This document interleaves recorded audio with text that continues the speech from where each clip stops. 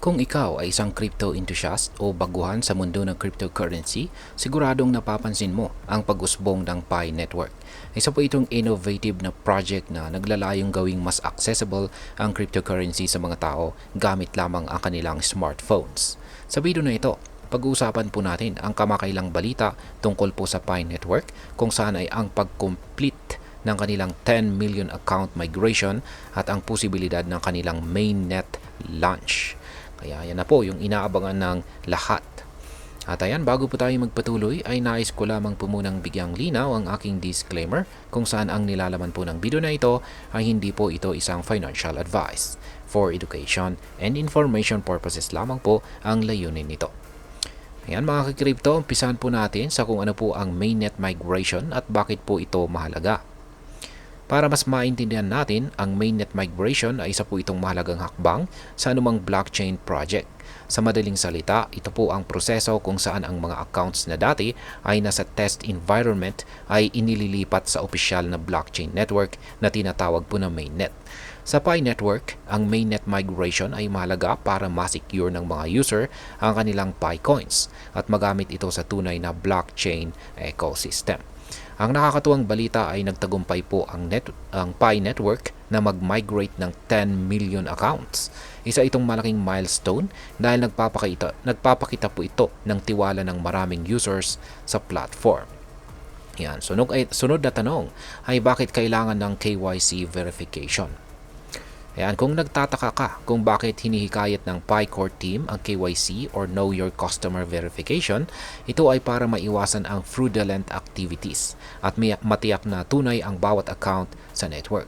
Ang KYC ay isang proseso kung saan kailangang ipakita ng mga users ang kanilang pagkakakilanlan or identity gamit ang mga dokumento tulad ng government-issued IDs.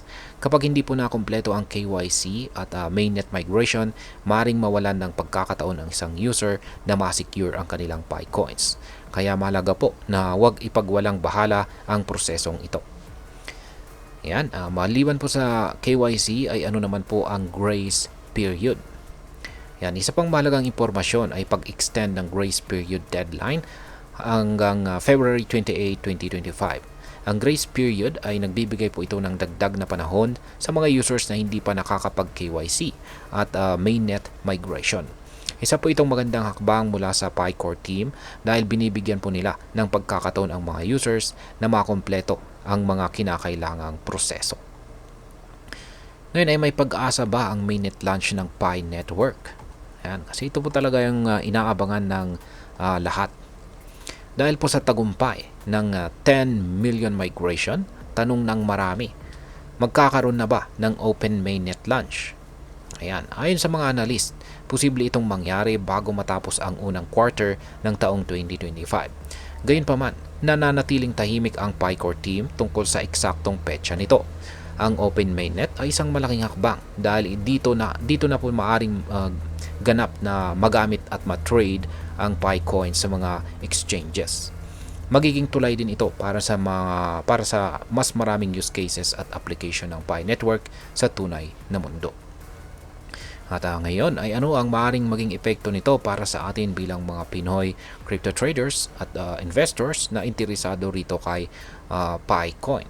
Ayan, para sa atin ang development na ito ay nagbibigay po ito ng pag-asa. Kung tuluyang magbubukas ang mainnet ng Pi Network, magkakaroon po ito ng bagong oportunidad para sa mga Pinoy na kumita mula sa cryptocurrency. Maring maging bahagi ito ng diversification ng ating crypto portfolio. Gayunpaman, kailangan nating maging maingat din. Yan, bilang mga investors. Dahil bago pa lamang ang Pi Network, posibleng magkaroon po ng volatility sa presyo ng Pi coins. Kaya dapat tayo ay handa bilang mga investors sa ganitong mga pagbabago at mag-research po tayo bago magdesisyon. At ayan, bilang panghuli ay ano naman ang aking masasabi tungkol dito. Sa tingin ko po, promising ang Pi Network dahil sa layunin nitong gawing mas inclusive ang cryptocurrency. Ang kanilang matagumpay na 10 million migration ay isang patunay na may tiwala ang maraming tao sa kanilang project. Gayunpaman, dapat pa rin tayong maging maingat at kritikal. Hindi lahat ng crypto projects ay nagtatagumpay, kaya mahalaga pong maging informed at updated sa mga balita. At ayan, hanggang dito na lamang po tayo sa video na ito mga kakripto. Sana po ay inyong nagustuhan ang aking paliwanag sa video na ito. Kung inyo po itong nagustuhan, pakiclick lamang po ang like button nito. Marami pong salamat sa panonood, ingat po tayo lagi at God bless po sa ating lahat.